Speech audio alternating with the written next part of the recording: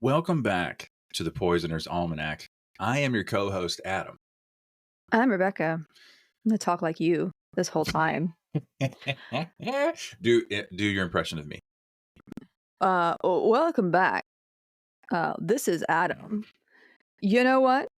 Let's get those followers to like 1,000.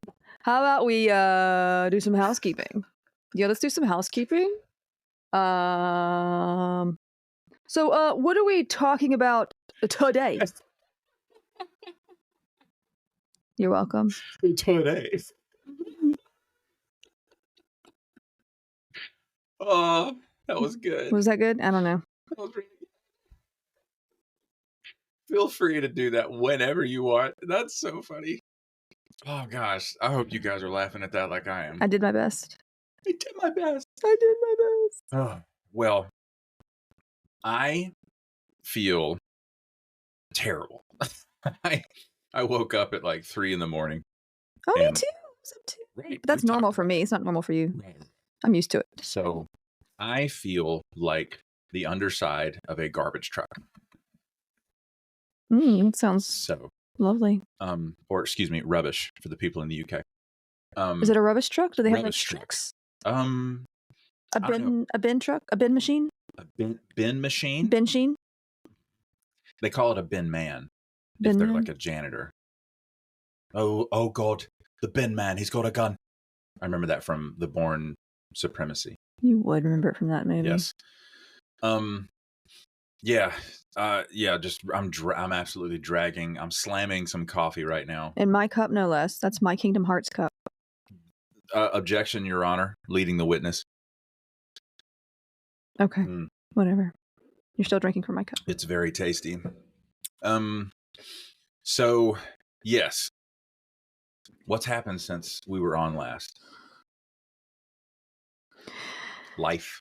Yeah, I've had appointment after appointment this week because everything got scattered after the Hurricane Helene. And you got one today. Yeah. What's 3 appointments this week? Yeah, it's ridiculous. And then Camilla's is Monday. But it's like, right. I wanted to get all this done before Thanksgiving break. Because everything's going to be, I don't want to be on the road after Thanksgiving because it gets crazy with all the Christmas shopping. It's true. And I'm just going to isolate myself here as much as I can. Yes. Because I have to put up with Christmas, like holidays. So I'm going to have to like prepare myself in many forms. Yes. Thanksgiving, the American Thanksgiving, where we celebrate taking land from people that wasn't ours. Yeah. I mean, I don't. I'd rather just, I call that a week off and I just don't do anything. It's a week. I eat food. We'll take it. I eat some food like at my mom's place, but like the food is fantastic. I don't like being around big crowds of people and yeah. I take a couple of bites at Thanksgiving dinner and I'm like, is this what imperialism tastes like? Oh my God. Isn't it kind of, it's based, I mean, it is based on quite a few lies. The holiday itself. For sure. It's all, but it's a big capitalist thing. So it's like money. Stay, baby. Black Friday. Black Friday's not going anywhere, so neither is Thanksgiving. Christmas kind of is too. I mean, I like Christmas, don't get me wrong, but it's all about spending money, is it not? These days. It's all about the recovery of the ledgers for every large company in America. Bah, humbug. I do like Christmas, though. They had better do it and decrease the surplus population. Oh, my God. I do love Christmas Carol. It's really great. The Jim Carrey Christmas Carol is top shelf. The Muppet Christmas Carol is also amazing. It's tough to beat. You can fit through those bars? Okay. So let's get to a little bit of housekeeping. Ooh. Which, according to our daughter, you never do. Now, see, she was on the Patreon bonus episode with me this past week. I was not there to defend myself. I tried these allegations. I did defend you a little bit, but she was making me laugh. So it was really funny. It was not entirely true, but who cares? It was funny. Yeah, she normally sees me do it because you're usually not here when I'm doing it. Of course, she thought we meant actual housekeeping. Yeah, which is great. Make sure to follow us on whatever platform you're listening on. Follow us on socials. We got links in the show notes. Follow the podcast Instagram specifically on Poisoners_Almanac. Thank you in advance for leaving a 5-star review on whatever platform you're listening on. I see them on Spotify, especially. They're piling up. So thank you guys so much. That functions like a tip jar to push the podcast further into the algorithm to find listeners just like yourself. The Patreon is up and running. There's a link in the show notes. You can join the Patreon for free, or you can become a paid patron for $1 a month. You can do more. Some people have done more, and that's been extremely generous of you. So thank you. But there's only one tier of membership at the moment, and $1 a month, $1 a month. There is a new feature for paid patrons. Would you like to hear about it, Rebecca? Okay. You literally have to. There's nowhere you can go. You guys can now leave us a voicemail through, I believe the website is called SpeakPipe. You can, yeah, that's whatever. All I'm thinking of is like when you go down the pipes in Mario.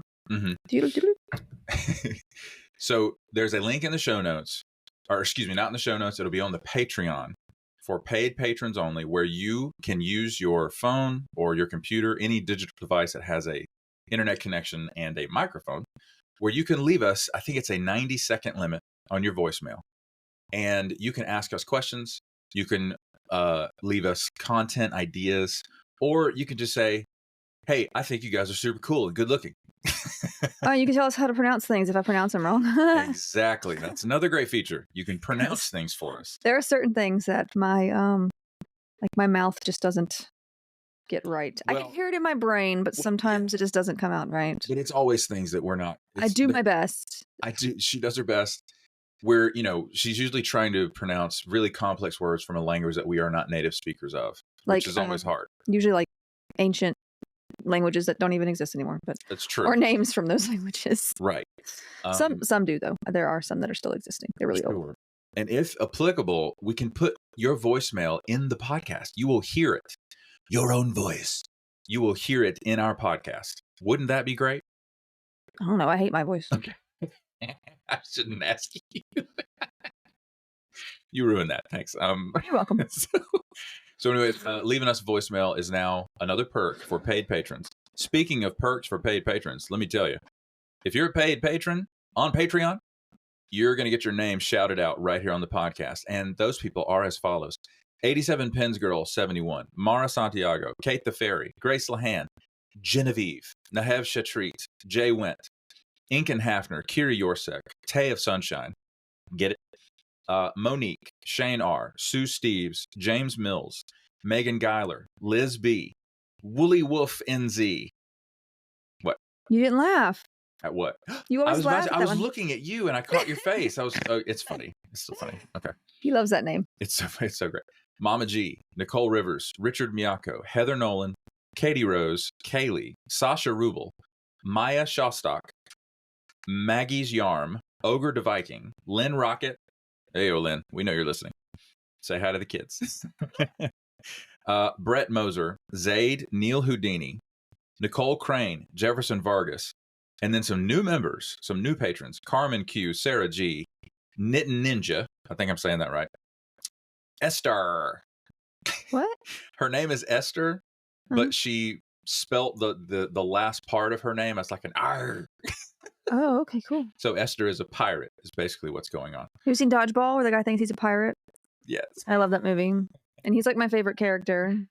Olive Octopus. Oh, I love the octopus. Very smart animal. One of my favorites. Correct. Very smart. And Betsy Rich. Thank you all so much for your financial support of the podcast.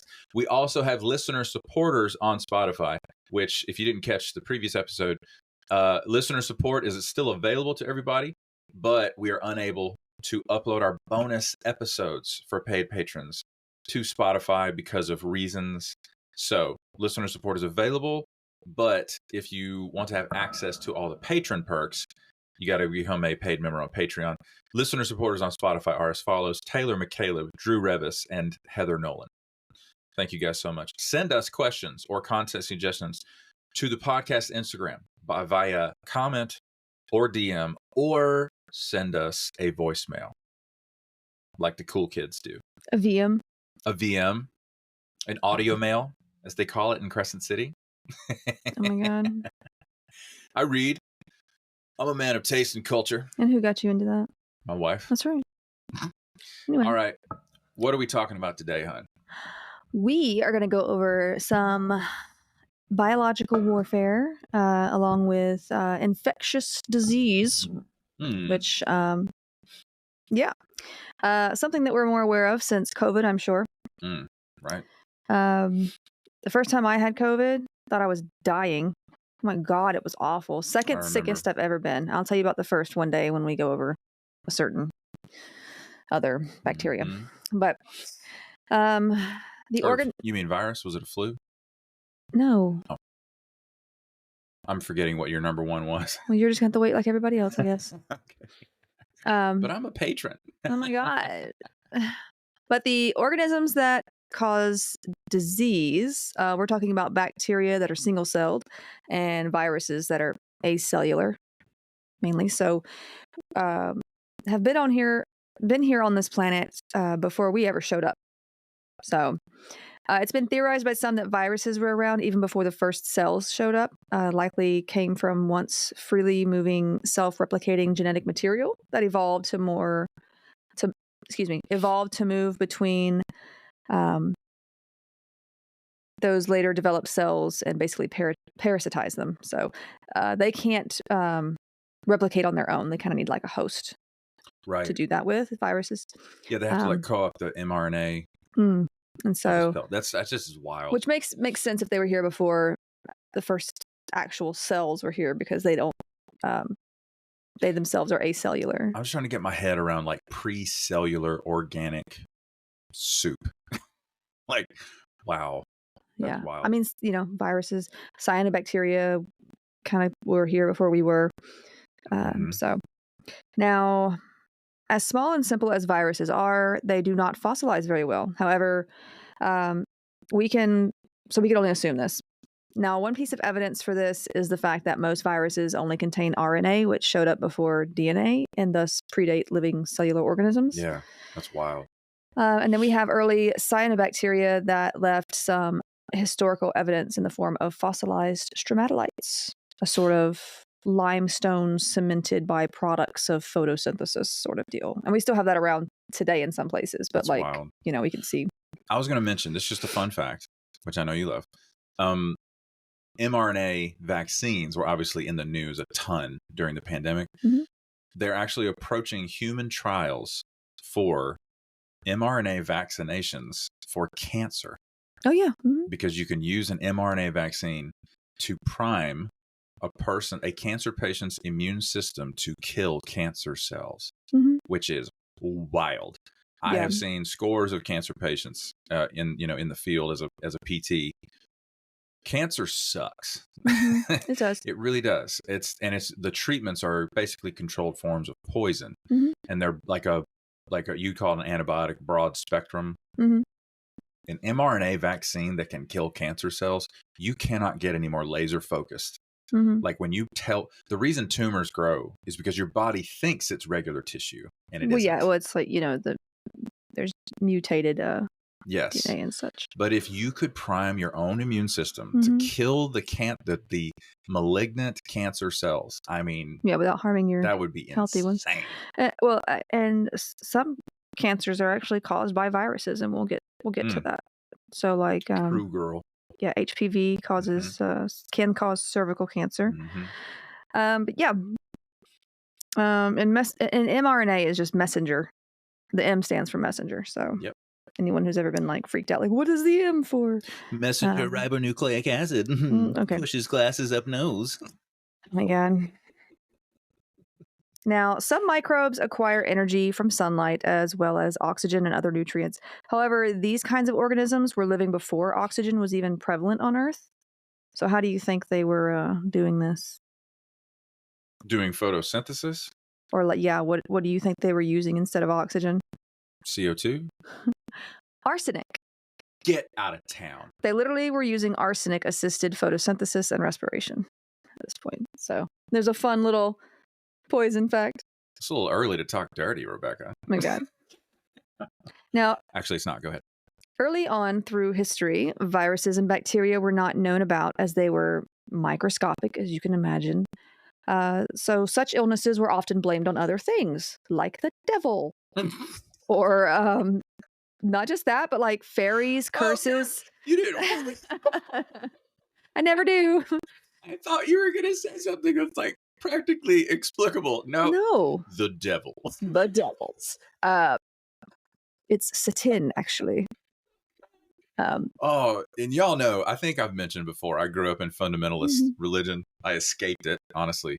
So whenever we get back to those roots in the podcast, I just giggle. That's so funny. But also Why, fairies, the devil, the way you said that. I'm going to go back and listen to this episode. curses, witchcraft, poor or blocked spirituality, or just I'm sure many of you know about the whole humors thing.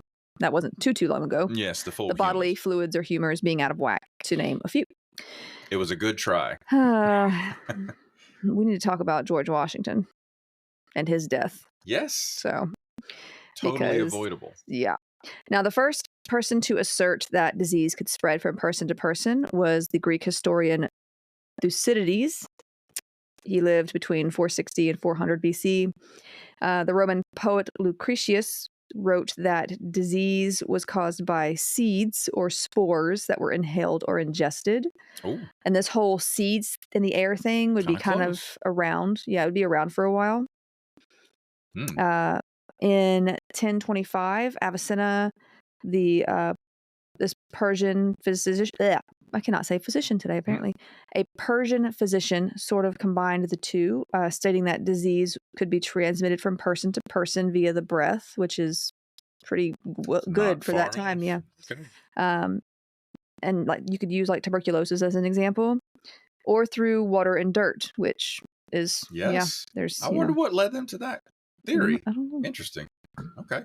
but very good observation there. Mhm.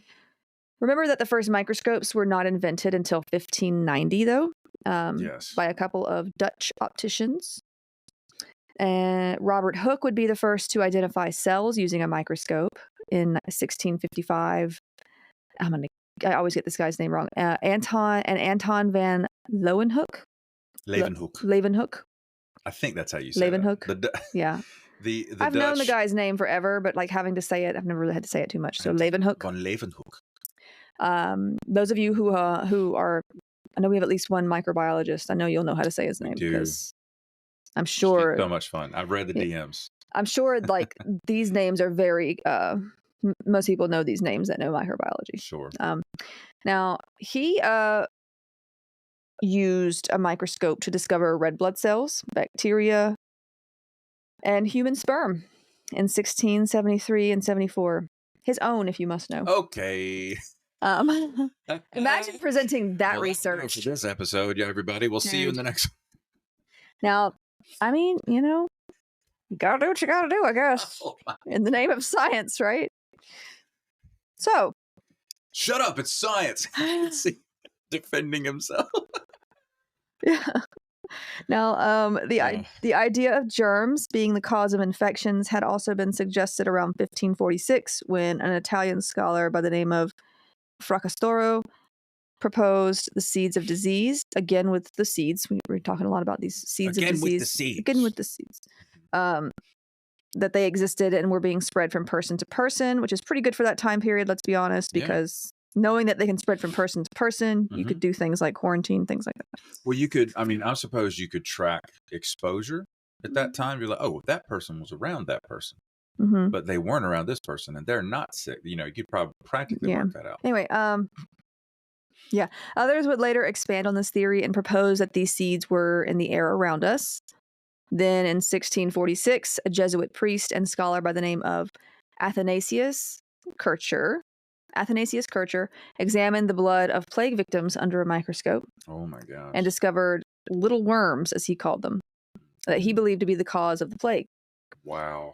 And we're going to talk about the plague in a whole, probably couple of episodes, because it was I will be quoting Monty Python here and there. Bring out your dead.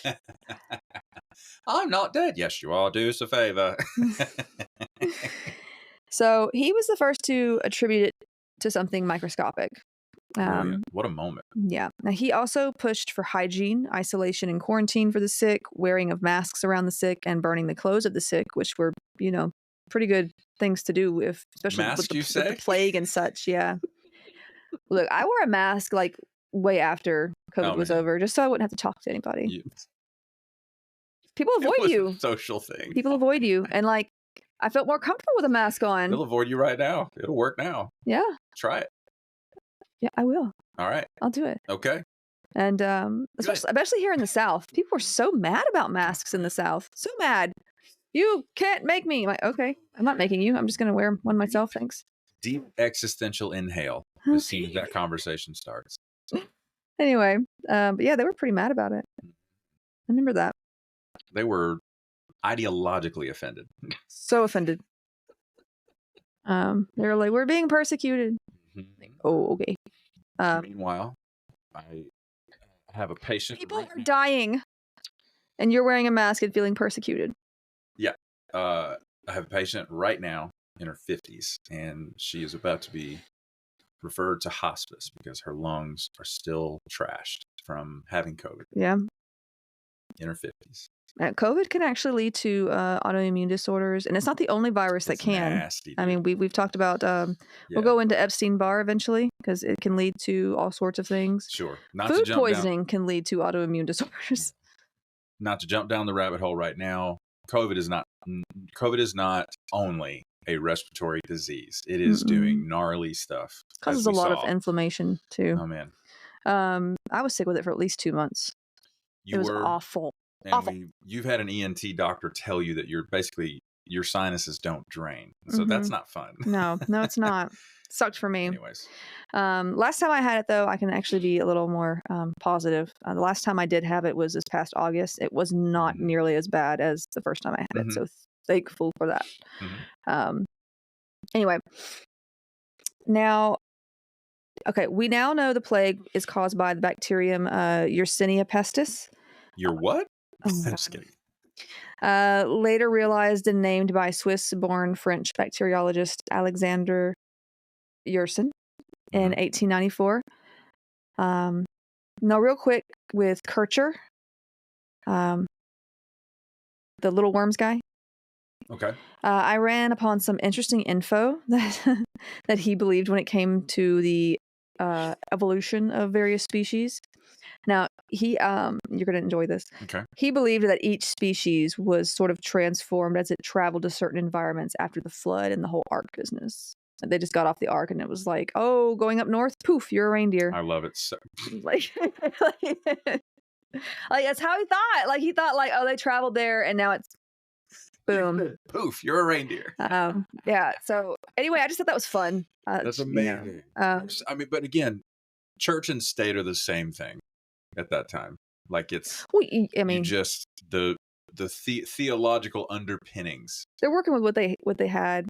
He was also into like all kinds of stuff, like medicine, priesty stuff, biology, geology, music, Egyptology, technology, and like more. And like, I can barely make it through laundry and remembering to eat lunch. Okay. And like these dudes are just doing all the things. Well, Rebecca, that's what we call undiagnosed ADHD. Oh, well, like these guys are just like doing all the things. They're just like, you know what? I'm going to be everything. They have all the time and I guess the money. They're not worried about like. Well, he might have been an affluent person. I guess they don't. Well, they don't have like at this point. I'm guessing they don't have to pay water or electricity. It's not like they have. No, either of those things. If you were like in the aristocratic class, I mean, you got options. Yeah. Anyway, back to the history of microbiology, sort of. I mean, the very brief version. The main view of during these early years was that disease was caused by bad air or miasma, which is like Greek for pollution. Which is it really? Yeah. There's an area in one of the locations in Destiny 2, the video game, called the miasma. That makes sense. And it looks polluted. Yeah, imagine. Yeah. Now, with the miasma theory, diseases like the plague or cholera or even chlamydia are not spread from person to person, but from some poisonous vapor of sorts, like emanating from decomposed matter. So as you can imagine, the whole 6-foot rule, never a thing for these people because they just didn't think that illness could spread by human contact whatsoever. Oof. Now, obviously, I've mentioned a few names who were like, yes, it can, but gotcha. It's not like we have like a whole consensus here. No. The scientific community has not actually galvanized yet. And they don't like, it's assembled. not like these people knew those people, because it's not like we have a whole No. social media network or anything. There's no internet. Yeah. So yeah, this is way before accurate and or fast international news or internet or anything like that. So even up into the 18th century, the idea of germs and also people spreading germs was not popular, even within the scientific or medical community. In 1700, physician Nicholas André tried to put forth that tiny organisms that he also called worms. If it ain't seeds, it's worms, I guess. And they were looking at, they were just dealing with what they had. So or the devil. Don't forget about the devil. Yeah. What if you look in a microscope and you just see the little devil guy? And he's like, you just see little. Yeah, it's a pitchfork. There was an old Goosebumps book, and they turned it into like the episodes when they had the show. But like, there was one about like a haunted camera, and like you could take a picture, and there'd be like this little critter like in the. Anyway, I wanted to popped into my head, but I used to love Goosebump books as a kid. But yeah, so. But he thought that these so-called worms were what was causing smallpox and other diseases. In 1720, another man this time, he was a naturalist by the name of Richard Bradley, stated that illnesses such as the plague were caused by tiny poisonous insects. At least he didn't say worms, he said insects. Okay. Many more came after this all the way into the 19th century with similar views or hypotheses. In 1847, there was this one Austrian obstetrician named, why can't I say obstetrician? You did. You got it. Obstetrician named Ignaz Semmelweis. He realized that many women who were dying in childbirth or soon after were being tended to by doctors and medical students who had just come from autopsies. And they were not washing their hands or using gloves or anything like that. Oh, God. So, ew. He began making these doctors and med students wash their hands with chlorinated lime water. What water? Wow. With chlorinated lime water. Well, before, that will do the trick. Yeah, before helping the women. And the mortality rate dropped significantly because of that. What a gangster. Yeah. Well played. Despite his findings, however, the medical peeps of the day were still like, nah. And his theories about matter and disease spreading from those dead bodies to the pregnant women were rejected by most other people. Nah, it's the devil. It's the devil. Also, they're women. We don't care. Wait, who died? Oh, it was a woman? I don't care. Her uterus might have been in her throat or something. We don't know. She was hysterical. It was probably moving around her body while we're trying to get the baby out. What are you talking about? They can't handle it like us. Like, okay, you give birth then. You do it. Oh my God. I love it. It's probably the devil, though. Probably the devil. Also, around this time, British physician John Snow, which isn't that a character from something? Dr. Snow. Game of Thrones? Yeah, sounds right. Is it Jon Snow? Are you serious? Oh, okay. Yeah. I haven't seen Game of Thrones. Full disclosure. Well, that's obvious. But this physician would go after the ideas set forth by an Italian anatomist from the previous century who claimed that Jon Snow. There he is. Thank you, Aaron. Thank you, Aaron. But yeah, he would kind of go after this dude for basically claiming that malaria, which is a parasite carried by mosquitoes, as you may know, came from swamp miasma. Your asthma? Sorry. Sorry. I need to stop. Is it your asthma or my asthma? I can't remember. Came from swamp. We only got one inhaler, so one of us got to use it. Came from swamp miasma. That's. I did not mean for it to sound that southern. No, it sounds. Miasma. All right. Basically bad air from a swamp. Bad air? Yeah, like miasma is bad air. Yeah. Now, he would later be a hero of the 1854 Broad Street cholera outbreak in England.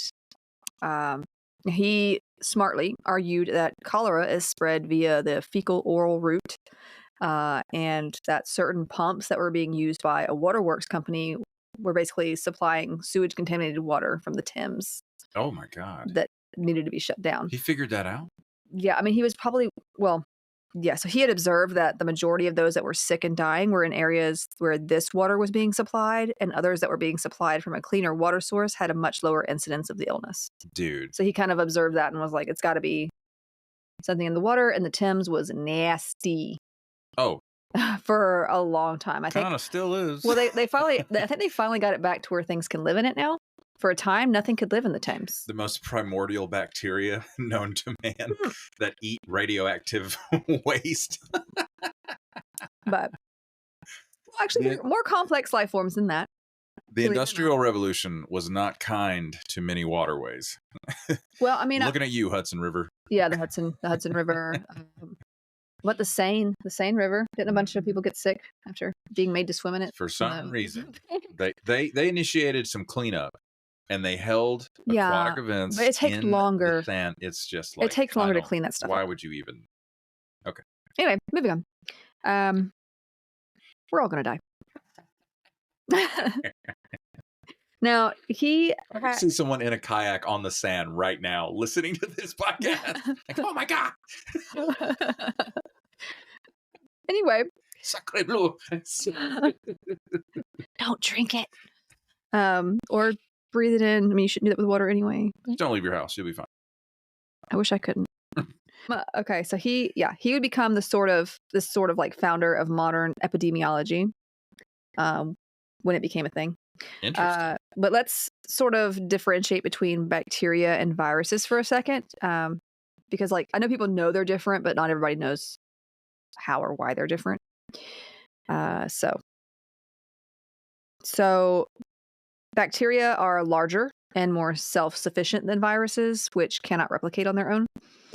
So it makes sense that viruses were discovered later. Mm-hmm. It was Russian scientist Dmitry Ivanovsky who discovered that something smaller, basically small enough to pass through these filters that were made to trap bacteria, was causing tobacco mosaic disease, which is it's a disease that affects multiple kinds of plants, tobacco, tomatoes, Interesting. basically harming the food source or economy through that means. Mm-hmm.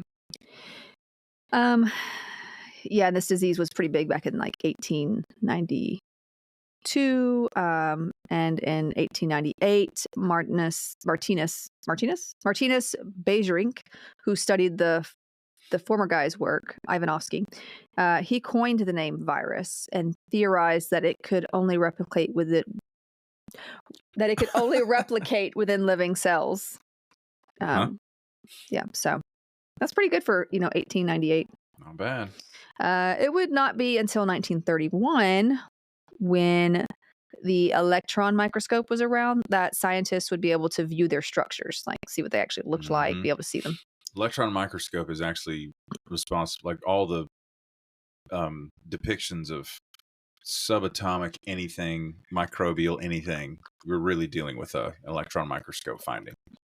If you want to know how much of a nerd I was when I was a kid, that was one of the things I wanted for Christmas. An electron microscope? No, well, any microscope, obviously. Mm-hmm. As a kid, that's what I wanted. And all my other friends wanted toys, and I'm like, no, but if you get a microscope, everything can be your toy. Think about it. Okay? Anyway. What a nerd. Just kidding. I'm a nerd too. You are. Now, the first human virus. Will you leave me alone? Oh my God. But do you? Sure. Okay. Now, the first human virus to be identified was yellow fever, which is actually carried by mosquitoes. God, I hate them. Yeah. Bacteriophages, which are viruses that infect and replicate within bacteria, and archaea, which are similar but different, were discovered in the early 1900s, but that's like a whole other topic we could go into later. But I'm just trying to bonus episode hit those up a little bit. Now, before moving on into biowarfare and bioterrorism involving some of the worst diseases out there, I have to mention the big three. At least that's how I see them, because like I feel like these guys will be the most familiar to some of you. Louis Pasteur, Robert Koch, and Joseph Lister. Now, Louis Pasteur, he lived in... the pasture. Oh my God. He lived from 1822 to 1895. He was a French chemist, pharmacist, and microbiologist who was all about germ theory, while the rest of the scientific community was still in doubt about it. And he discovered that microorganisms were responsible for both fermentation and disease. And his method of pasteurization, as it is still known today, which is important. Yes.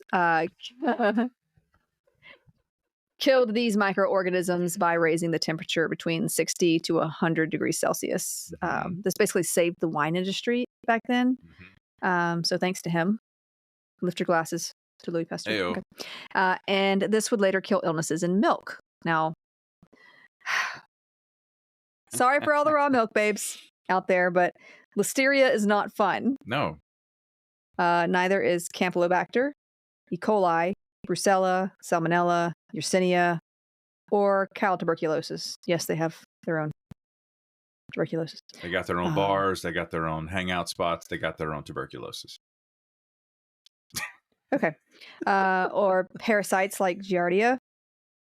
We don't want that. Also, bovine leukemia virus has been found to be passed into the milk, leading to studies showing a possible, not definite yet, link to breast cancer.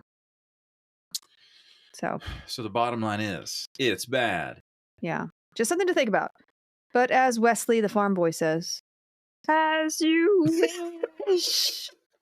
You did the one of him rolling down the hill. Yeah, I did. You have chosen as you wish. As you wish. But I can't say it like him. Fetch me that picture. Yeah. You kind of look like Robin Wright. I thought you were going to say Wesley. No. I was like, what? I mean, you both have the same ancestry. He has Nordic ancestry, just like you. Yeah, well, here we are. For those of you who've never seen Becca, like on our socials, she looks like this Nordic fae that like comes to you in your time of greatest need and hands you a magical object. And like a real fae, I murder you in your substance. She hands you a magical object and says, "May this be your guide when all other lights go out." I don't know why she's British, but she is, and it works. My Galadriel? Yeah. Okay. Because that's a Galadriel line, but okay. Yeah. I mean, I like her. I'm cool with her. Love her. Love her. If you want to dress up like Galadriel anytime and just say those lines to me, it's fine. Didn't know you were into that, but okay. Are you joking? Are you kidding? Okay. Also, before you come for me about, oh my God, before you come for me about viruses not causing cancer, HPV. Yes. All I'm saying. Which stands for what, dear? Human papillomavirus, which can lead to actually more than just cervical cancer. It can lead to throat cancers, oral cancers. So just saying, there are viruses out there that can cause a lot of issues like down the road. So yes, it's good to be careful. Anyway, back to old Lewis. My name is Lewis. Okay. That didn't even hit me before. When you said that. Okay, back to Lewis. Okay. Back to Lewis. Well Lewis. Played. I loved when we work as a team. Anyway, Louis. Lewis. Louis Pasteur. Pretty sure it's Louis. He also went on to create the first vaccines for fowl or bird cholera. Anthrax in farm animals at the time was pretty bad within them. Is intravenous administration of medication a thing at this point? Or injection? It would be more like, well, I know it started with inoculation. So like they would literally, like when smallpox and stuff was around, they would just like basically take some of the stuff from the the pus and stuff in somebody's wound and like literally put it in the skin, under the skin of somebody else. But no, I think he was using like actual vaccines at this point. An injection. Yeah, it was administered using a syringe. Gotcha. So, yeah. Pasteur was doing that. Yeah. Interesting. He was. Yeah. Okay. They were using syringes. Apparently, those go back to like the 1650s. Now I don't know how clean they were. I'm fascinated. I know what I'm Googling later. Yeah, that'd be fun. It kind of makes sense. Like if you see some of the instruments they were working with back in the day, I mean they look pretty awful, but yeah, I mean the first people who invented the chainsaw were doing it for childbirth. Okay. So that's fun. Why are you like this? Please continue. I don't know. It's the autism. We all know the answer. But yeah, rabies too. He actually used weakened versions of these viruses as to create vaccines. Yeah. Now, rabies actually proved difficult to vaccinate against, but he did use this one on his first human patient in 1885 when Joseph Meister, who was then 9 years old, had been bitten by a rabid animal. And he lived thanks to Pasteur and this vaccine. Like his mom brought it and begged him to give him this vaccine. And Pasteur was like, well, I've never given it to a human before. I'm a little hesitant to do give that. It a shot, Lewis. Because, I mean, he would have certainly died if he had rabies. Rabies is 100% death rate. Actually, it's like, there's been like 2 or 3 people that have survived. Get out of time. You will Google them. But it's like through like. That's impressive. But it was like, I think one girl that survived, she was put into a coma and they like did something crazy to keep her alive. Like it's fortunate that she survived. Okay. Anyway, Robert Koch. He lived from 1843 to 1910. He was a German physician and microbiologist. He was named a founder of bacteriology and of microbiology. It's like people had all this time to do all kinds of stuff back then, you know? Of course, they were also dying of disease. With this discovery of his discovery of the microorganisms that cause tuberculosis, cholera, and anthrax, he may also be considered a father of modern medicine since he proved the whole germ theory with his findings, and this led to the setup of public health. But he also made note about acquired immunity. Like he kind of observed that, like, get out of here. You know, people were like who'd had this or whatever were kind of becoming more immune. Yeah, you know, they were less vulnerable to reinfection and such. Pretty important. Interesting. He and Louis Pasteur did have a bit of a rivalry, though. It's Louis. Thank you. I'm going to throw my shoe at you. Now, Joseph Lister. And every time I hear his name, I think of Listerine. But I was going to say Listeria. Listeria. Sorry. I can't help it. It's in my head now. What is that? Def Leppard. Def Leppard, but it's his. Yeah. I know it's hysteria, but Listeria. God, what a great band. All right. Yeah. Lived between 1827 and 1912. He was many things too, as well, including a British scientist, surgeon, and pathologist. He is a father of modern surgery as he found ways to drastically reduce the incidence of infections from surgeries or wounds. He came up with the method of using carbolic acid or phenol to sterilize tools, skin, hands, sutures, and honestly, like whole hospital wards to fend off infection. They weren't doing this before. There was no like sterilization. No. Yeah. So that germ thing is just a theory anyway. Yeah, we'll just, if you die, I guess it was just meant to be. You can't sue us. There's no litigious society yet, so. Because you're poor. Sorry. It's not personal. It's just poverty. Oh my God, I love that guy so much. Shabazz. Okay. Anyways, let me show you my wealth. Now, he recognized that infection after surgery or in wounds was due to germs. The devil. Oh my God. Okay. Yeah. No. Devil germs. He also studied tissue specimens under microscopes to better his practice and like look into the cause and point of inflammation. Okay. And like how it healed and stuff. Now, he did a lot to make surgery and healthcare overall just much safer. So, respect. Now, so long as humans have known about infections, even before knowing about the cause or science behind it all, they've used illness and disease to their advantage as one might use a poison. Even now, biological warfare and terrorism is a pretty rational fear. We literally keep samples of smallpox virus, which is a virus that has been eradicated thanks to vaccines, in a few secure locations, just in case someone decides to release some acquired vial of the infection to allow it to spread. Which vaccine caused your autism, though? That's my question. Vaccines do not cause autism. Oh my God. Thank you. Okay. I'm going to hit you with something. There have been many studies that show that it does not, in fact, so many. Cause autism. Thank you very much. And I can do a whole bonus episode on please. Wakefield. Please do. The guy who made all of that up. Our friend is handing my wife toilet paper. If you know, you know. Yeah. Oh boy. We could do a whole thing on Wakefield because he is Let the people decide. grr. Leave us a comment. Anyway. Okay. Sorry. A little bit of nurse rage.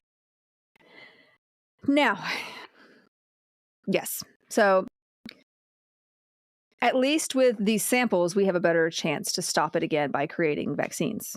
Like if it were to spread, smallpox is pretty rough. It's not chicken pox. Like people died of smallpox. Actually, you can die of chicken pox too. It's rare, but you can. Mm-hmm. Now, smallpox is the only one of many threats when it comes to biowarfare and bioterrorism. The first documented use of disease as a weapon that I found was featured in texts written around 1500 to 1200 BC by the Hittites, who basically drove. Oh my gosh! Yeah, they're referenced in the Old Testament. Yeah, well, yeah, it was a long time ago.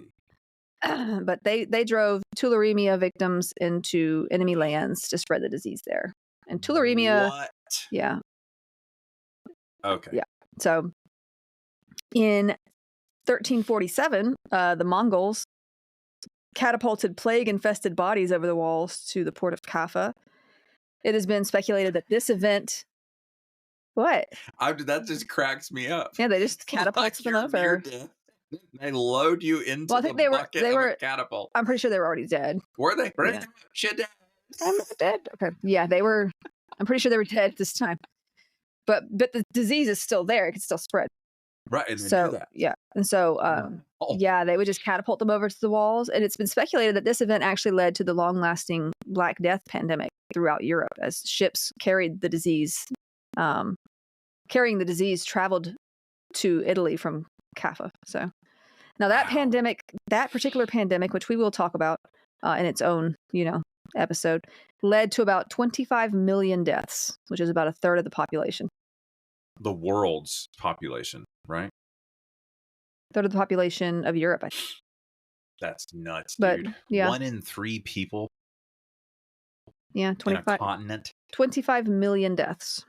Okay. So this became a sort of trend, I suppose, because later in 1710, Russian forces also tossed plague-infected bodies across city walls against the Swedes. So now, why would you have it out for the Swedes so bad? I need to know. I don't know. This was in 1710. I have no idea. Okay. I honestly don't know a whole lot of 1710 Russian history. So now, or Swedish history for that matter. Now, turtly. Back during the 4th century, it was reported by Herodotus, who was a Greek historian and geographer, that Scythian, early Iranian archers, they would dip their arrows into decomposing cadavers of humans and snakes, or in blood mixed with manure, to essentially contaminate them with bacteria. Yes. Likely. And then it breaks your skin when it wounds you. Yeah, likely what we know of the Clostridium sort. Oh God. Now, Roman soldiers copied this, apparently, dipping their swords into cadavers or excrement as well. Many of their victims would come down with tetanus, it seems. Yeah. And tetanus is another one we should definitely go over. Oh, man. Because there's a lot of, a lot of what people think they know about tetanus. I feel like people think that you get tetanus from, rust. And I'm like, tetanus actually lives in the soil, I believe. So. Okay. You can get it from lots of different ways, not just being hit with a rusty nail. Mm-hmm. I mean, you should get your tetanus shot, whatever the case, because yes, it's not a good way to go. Just saying. In 1763, British troops that had been surrounded by a larger alliance of the natives around the Great Lakes region, their leader Pontiac was not happy with the Brits. Wonder why. And drove, and they drove a resistance against them. Now, the British troops handed out blankets infested with smallpox. I've heard of this. Yeah, as a means of infecting them and stopping their siege. Just, there you go. There was a reported incident much later in 1915 when Germany tried to cause an outbreak of plague in Russia to weaken the country. In 1925, the Geneva Protocol was put into place to ban the use of biological and chemical weapons in war, though it has not seemed to stop everybody. No. You're right about that, baby. We have mentioned the Japanese experimentations on the Chinese a little bit during the 1930s and 1940s using biological agents. We could honestly go into this in more detail, but it might get nasty. These experiments involved such infections or infectious agents as those causing bubonic plague, anthrax, typhus, smallpox, yellow fever, tularemia, hepatitis, cholera, gas gangrene, and glanders, among others. They experimented with the agents themselves as well as delivery methods, and roughly 14,000 people were murdered during the time of the experiments happening in Unit 731, and up to 300,000 were killed as a result of infection caused by the experiments. 300,000. Now, this is definitely deserving of its own episode, so I will move on from here for now. Japan was not the only country experimenting, though their methods were the most notorious, seeing as though they were actually torturing and killing people. But both the Soviet Union and the US took data from those experiments done in Japan without handing out any consequences, really, to Japan. They were just like, hey, we'll let you off if you just give us your data. Now, I think like 12 were arrested in the Soviet Union for war crimes, but they were given pretty light sentences just so that they would give them info about what they learned in their experiments. Yeah. Pretty awful. They just often covered up the atrocities. Like, I guarantee you there's lots of people who have no idea that this even happened. So. Sure. Now, during Cold War times, the US and Soviet Union both had their biowarfare research and development facilities, as did their allies. Biological weapons are not as difficult or as costly as nuclear weapons, and their facilities can be pretty easily covered up as like vaccine or pharmaceutical research, For sure. So let's remember some of the US's history with bioterrorism for a moment, because we have done some nasty stuff too, and actually thought about doing even worse. So let's go over that. Now, with the modern era bringing in the access to the internet, communication, and creating a bioweapons program became easier to do. So the U.S. decided to produce and weaponize bioweapons for the purposes of war or in defense. In 1942, Franklin D. Roosevelt appointed George W. Merck. Sound familiar? I know that name. Yes, the dude from the Merck drug company, to lead America's biowarfare programs using bacteria and viruses or the toxins they produce. Cool. Nice. This was definitely a different use of company time. Did you write that down that way? Yes. Brilliant. I did, because just a little bit of shade in there. Yeah. Oh, hello. Okay. Now, the program was housed at Fort Detrick in Maryland, and would focus on such germs as those causing tularemia and the plague, as well as others. Real original. Now, the Pentagon then decided to up these measures by the 1950s by especially looking at viruses as weapons, since they could not be like cured using antibiotics, and viruses could be particularly deadly and spread pretty easily. So another germ bioweapons facility was opened in Arkansas. Where if something happens, ain't nobody gonna care. Now, remember what was happening in the late 1950s? Do you remember? The Cold War? No, it was Fidel Castro. Had taken over. He was the Cuban Missile Crisis and all that in 1962. Now, he basically took over Cuba, Castro did, installing communism right next door, basically, to us. And in 1962, we had the Cuban Missile Crisis. So there's more threats of war with Russia and now Cuba. So America wanted to get rid of Castro. But how? Well, some minds decided we should weaken Cuban forces with some of these new bioweapons we'd been making. Option one was this idea of spraying Cuban troops with Clostridium botulinum, in which they would inhale, which produce botulinum toxins and causes botulism. Now, we also make Botox using this stuff, by the way, just so you know. Anyway, it is particularly nasty, as botulinum toxins are some of the most lethal known. This idea was thankfully rejected in favor of another horrible, yet still not as horrible as botulism, maybe. You've got a idea. worse idea. Yeah. They came up with a plan to aerosolize a combination of a virus causing encephalitis, no fun, plus a tiny bacteria of the rickettsia, That's fun to say. Sort. These are often found in ticks, lice, fleas, mites, some mammals. It causes Q fever. Yeah, and there was a toxic secreted by. They also looked at a toxin that was secreted by a staph bacterium, Staphylococcus. Mm-hmm. Not as deadly, mind you, but not fun. And it would definitely weaken troops. This seems so primitive and awful to me. Like they're just like, you know what we should do? Let's just infect them with all this stuff and see what happens. Right? Yeah, from what I read, the US government had predicted that 7 million Cubans would be sickened and maybe 70,000 might die from infection. All I can see is that guy from, was it Shrek? Some of you may die. Yeah, Lord Farquaad. Mm-hmm. Some of you may die, but that's a risk I'm willing to take. Okay. Sorry. I got that in my head now. Mm-hmm. It was not considered to be contagious, so it would not affect incoming U.S. soldiers. Another idea was to poison and kill their crops and animals. So that's sad. But all of this was just a plan, and thankfully it was halted, though the weapon decided on was, in fact, in production. So they were putting it in production, but they didn't actually go through with it, thankfully. In 1969, President Nixon banned the making of bioweapons. The CIA secretly kept some anyway, though. Naughty. You gotta love the CIA. Another horrible germ being considered as a weapon on and off and in various countries was the smallpox virus, which ironically the US was helping to eradicate while also stockpiling. So there you go. But we'll talk about smallpox in a later episode. The Biological Weapons Convention was signed in London, Washington, D.C., and Moscow in 1972 as a sort of treaty that bans the use of biological weapons in war and prohibits all development, production, acquisition, stockpiling, or transfer of such weapons. Other states of the UN signed this later, as did Taiwan.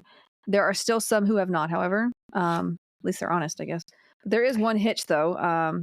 This convention has no current means of verifying compliance. So I'll let you It guess. doesn't have any teeth. So I'll let you guess which of the original 3 signers totally lied and still developed and stockpiled such weapons. Kind of a trick question because it was both the Soviet Union and the U.S. Let's go. And the U.S. too. I love us. The U.S. were like, we did it because we didn't trust the Soviet Union. So it was kind of I mean, you know. I have a Rihanna. It was a rough time. I have a Rihanna Eminem relationship with the United States government. I love the way you lie. You guys lie all the time, but it works for me. They do. They come out with it later. They're like, yeah, that we lied about that. A lot of countries do that though. The Soviet Union did when communism fell. We'll get into that. It's the Russians, yeah. Man. Come on. I mean, but yeah, we've lied too. There's plenty of things that came out later about us. So it happens. Yeah. So now, of course, you know, I'm not. Anyway, this all.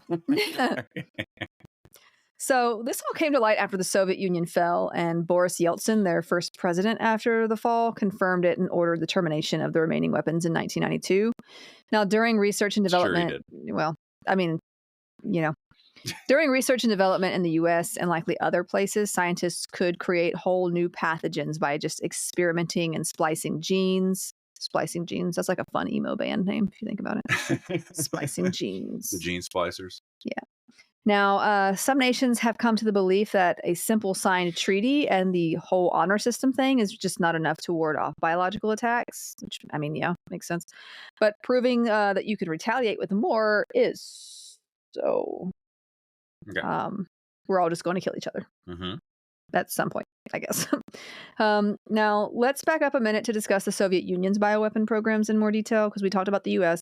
Now, the Soviet Union's foray into this dangerous micro world started in around the 1920s under Stalin's rule. By the 40s and 50s, there were many labs set up to research and develop agents such as anthrax, plague, and smallpox. Now, remember that scientists were learning to splice genes, like I said a little bit ago, and they were basically creating newer, more powerful microorganisms. And they were making hybrids of these microorganisms, like putting them together. Okay. So, not the mashup you want. So, they could fit these microbes basically into bombs, warheads, shells, like artillery shells. Mm-hmm. And by the 80s, Russia's collection of bioweapons facilities became the largest created by any country. One top employee for the program, Ken Alabek, defected to the States in 1992, and he reported that the nation's capital kept 4,500 metric tons of anthrax at all times. I don't know what you need that much for, but okay. Like, that's a lot. If something happened, you'd kill everybody in, was that Moscow? Yeah. That's a lot. That's such a stupid idea. That's a lot. Why would you keep all that? I also read that at another site in Russia, they kept 120 different smallpox variants and like 10,000 specimens of deadly viruses. I mean, you're kind of playing with fire here. There were apparently expeditions to dig up bodies that were victims of smallpox so that they could get samples that way. There may have been expeditions to parts of Africa to get samples of Marburg virus and Ebola. Two very, very nasty diseases. Did they see the cult people from the last episode on the way over there? They might have. They're like, hey guys, what's up? Because they had some people in Russia, right? So they experimented with viruses, making viruses that could cause rapid onset multiple sclerosis. Okay. So that's pretty terrible. And they also experimented with Legionnaire's disease, which is actually caused by a bacterium for a bit. The Soviets were not immune to accidents, as you can imagine. You're kidding. One scientist did die of a mutated form of Marburg virus. That sounds awful. Basically, Marburg and Ebola, you basically are going to bleed out to death. Like it basically destroys you from the inside out. It's pretty awful. In another more serious turn of events in 1979, 22 pounds or 10 kilograms of anthrax spores were accidentally released into the air from a site. This led to an outbreak in the civilian area that caused 79 infections with 68 deaths. Okay. At the time, it was blamed away as food poisoning. But after Gorbachev and the fall of communism, President Boris Yeltsin admitted that it had indeed been an accidental anthrax release. This guy's kind of honest. I think he's trying to like, earn back some trust and, be straight with people. Now, also with the fall of communism came the decision to rid the country of much of its bioweapons facilities, though not completely, as we now know. These sites were apparently not guarded very well, by the way, and the economy was, of course, not in the best place. So it's been speculated that some of these bioagents could have been sold off to the highest bidder.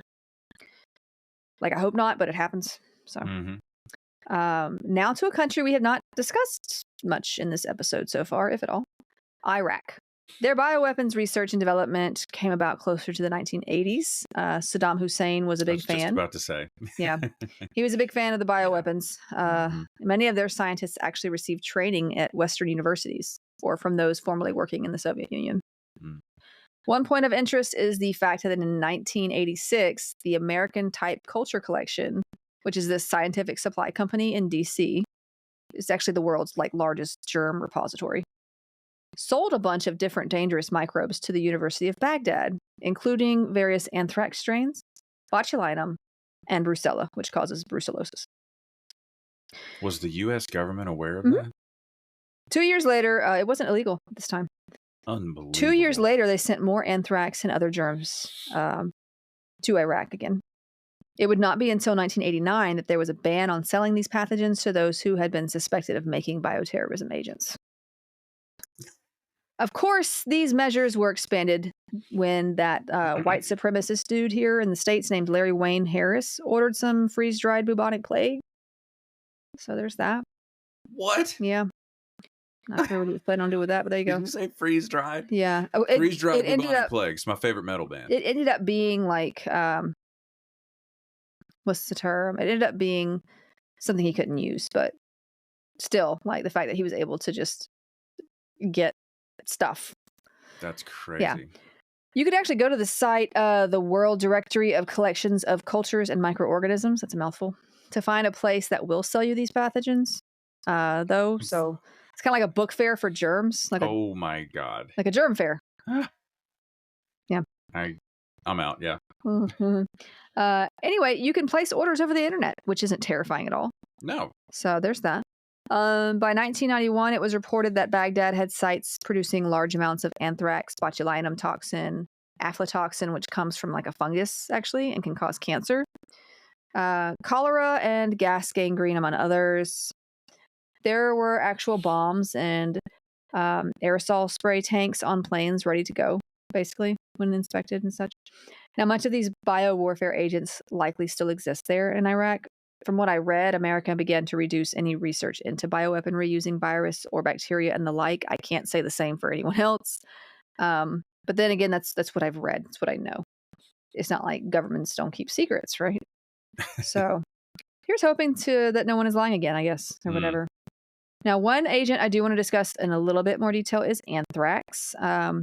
Many I have talked to on the subject who probably didn't want as many fun facts as I gave them on the subject were sort of shocked to learn that anthrax is actually caused by a bacterium. It is not like it's not like a poison, like a chemical poison like we talked about mostly. We mentioned it earlier when discussing Pasteur and his studying and success with creating a vaccine for the illness with livestock during his time. Bacillus anthracis produces spores, and these spores are present in the soil, and it mainly affects grazing animals like sheep and cows. Humans of the past have been infected by eating or handling the meat of infected animals, or by simply handling the wool or the hair. The bacterium was identified in 1863, and Pasteur developed his vaccine against it in 1881, which helped save livestock from perishing or passing it along, basically. So that's good. It's not contagious, but it is hardy. Many bacteria or viruses are relatively fragile, so they can be killed by heat, cold, radiation, if it's too dry or whatever. Anthrax spores, however, can become dormant and survive extreme situations, then come back to basically wreak havoc once the conditions are better. That's crazy. Real quick, it's actually been suggested that anthrax was the 5th and 6th plagues from Exodus in the Bible. Shut up. Like yeah. Oh, that's wild. Speculated. I don't, Yeah. we can't know for sure. But, also, you still haven't seen The Mummy, have you? No. You uncultured swine. It's such a good movie. Oh, y'all! I know y'all have seen The Mummy. Brendan Fraser. I've seen parts of it. I think did we watch one of them? I feel like we did. Tell me what happens. If you can't tell me what happens, we gotta watch it again. Well, there was a mummy, and there was Brendan Fraser. We're gonna watch it again. We're gonna watch it again. And then the mummy and Brendan Fraser fight each other. And okay. Sorry. Sorry. Why is Little John stuck in my head? I don't know. Okay. Moving on. Echolalia. Yeah. There are multiple strains, but the 3 most common types are cutaneous, of the skin, which is this is the most common. About 95% of infections are cutaneous. You can basically get it through cuts or breaks in the skin. Gastrointestinal, which is the rarest kind, thankfully, because it sounds pretty awful. Or inhalation, which is, I believe, the deadliest kind. While the first 2 are treatable, the last one is more dangerous. The toxins produced by this bacteria survive against macrophages, which are like some of my favorite cells. Like these fun little white blood cells that go nom nom on like the little bad guys. Remember the phagocytosis where they go, they eat it up. I love those things. They're so cute. Now these macrophages basically are built to destroy. They actually end up taxiing these meanies though around and spreading infection and sometimes leading to death. So no fun. Now, symptoms of cutaneous infection include an itchy small bump at the site that will develop into an inflamed pus-filled blister. Not fun. Gross. Healthy tissue will basically die and you end up with this ulcer over the area that is kind of black in the center. You may also have swollen and tender lymph nodes as well as fever and muscle pains. Actually sounds like it kind of sounds like a bad brown recluse bite almost. A little bit. Yep. Now, yeah. So the death rate is about 20% if untreated. Deaths are pretty rare these days, though, because we have antibiotics that can treat it. Symptoms of gastrointestinal infection include severe abdominal pain, nausea, vomiting, sometimes with blood, bloody diarrhea, and fever. The infection may cause symptoms such as sore throat as well, or sores in the back of the mouth and throat. So basically, the sores that would be on your skin are inside your digestive system. So that's not cool. The death rate for this kind is about 25 to 60% if left untreated.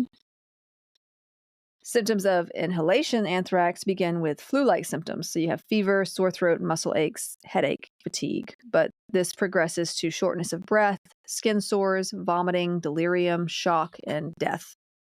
As I mentioned, there is a vaccine, and it's primarily given to military personnel, like here in the States at least.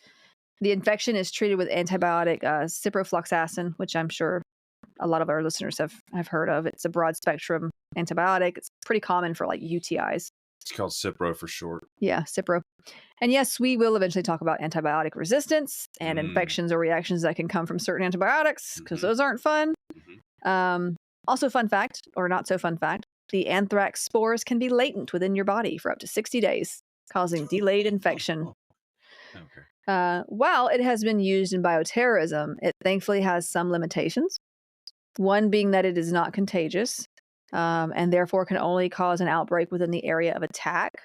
And two, thankfully, we have antibiotics like Cipro and also doxyfloxacin to treat these infections. Of course, one does wonder how much there is to go around. Like there would probably be shortages if we had an attack like that. Also, the side effects for these two, I've noticed, they're fluoroquinolones. So like they have some side effects for some people that are not fun. Yeah. Also, with available technology and advanced testing today, infection can be quickly confirmed.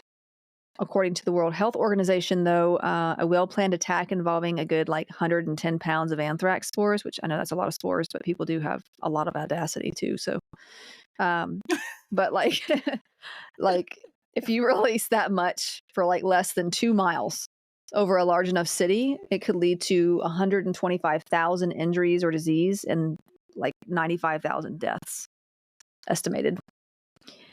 So you can see why soldiers are vaccinated just in case they're in areas where this kind of thing happens. The vaccine is also open to lab workers, livestock handlers, because remember, it can, be in animals and stuff and the like. I have to say, though, that the vaccine has reportedly caused some side effects, including fatigue and memory loss. But this may also be due to issues within the plant that was making the vaccine. I read they were closed down by the FDA at one point for 30 violations. Involving sterility and contamination issues. 30's a lot, right? This is a while back, but and now I'm obviously pro-vaccine. They have saved and continue to save hundreds of millions of lives. Yeah. But the idea of any pharmaceutical company being lax on safety issues makes me nauseated. Also bad news. Yeah. Which is why I enjoy the FDA. The FDA has since approved them to resume production. Another possible issue is strain identification. Just like some vaccines are built to work against certain predicted strains, like our flu shot, you get a different flu shot every year because there's different strains predicted. Right. It may not fully protect against a new or a different strain. Yep. Because if they're making the best educated guess they can. Yeah. Well, also if people are creating new and different strains of anthrax using gene splicing and such, eesh. Now, the incident, more well known to those living here in America, actually occurred after the terrorist attacks of 9/11 in 2001. There were letters laced with anthrax spores that were sent to various media outlets, causing pulmonary anthrax, mostly. Robert Stevens, who was a Florida tabloid photo editor at America Media Incorporated, was diagnosed with pulmonary anthrax. This was the first case in America in 25 years. And it was thought at first to be from some natural cause somehow, but then more of his coworkers started to fall ill as well. Cases started popping up in New York and then later in Washington, D.C., and they were all coming from a source sent via the mail. Post office employees that had been in contact with these letters also fell ill. One did reach Senator Tom Daschle. I think he was from South Dakota. That's right. Used to be the Senate Majority Leader. Yeah. Congressional buildings were evacuated for up to several months, because they had to be checked for exposure and cleaned and all that, decontaminated. Also, the federal mail service was paused. Another one of these letters was found before being delivered to Senator Patrick Leahy. He was from Vermont. As you can imagine, an investigation was begun, and the attack seemed to be over by the end of November of 2001. A total of 22 people were infected, and 5 of those did die. Up to 10,000 postal workers, staffers, and other senators at Congress buildings were exposed as well.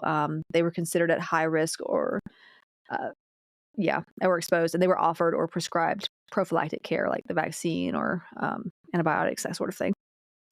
Now, the person responsible for these attacks was found to be Bruce Edwards Ivins.